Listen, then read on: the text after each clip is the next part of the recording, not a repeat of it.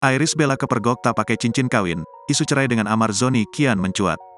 Iris Bella disoroti karena tak lagi menggunakan cincin, isu cerainya dengan Amar Zoni semakin mencuat.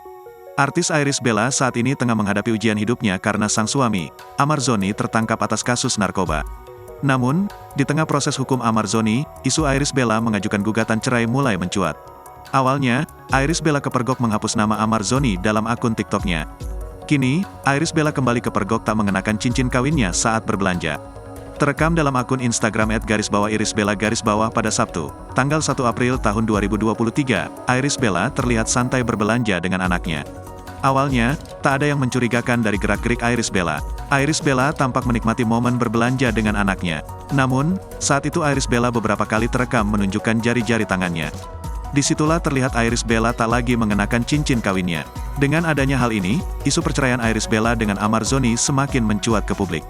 Bahkan, warganet juga tampak menuliskan komentar soal Iris Bella melepas cincin kawinnya.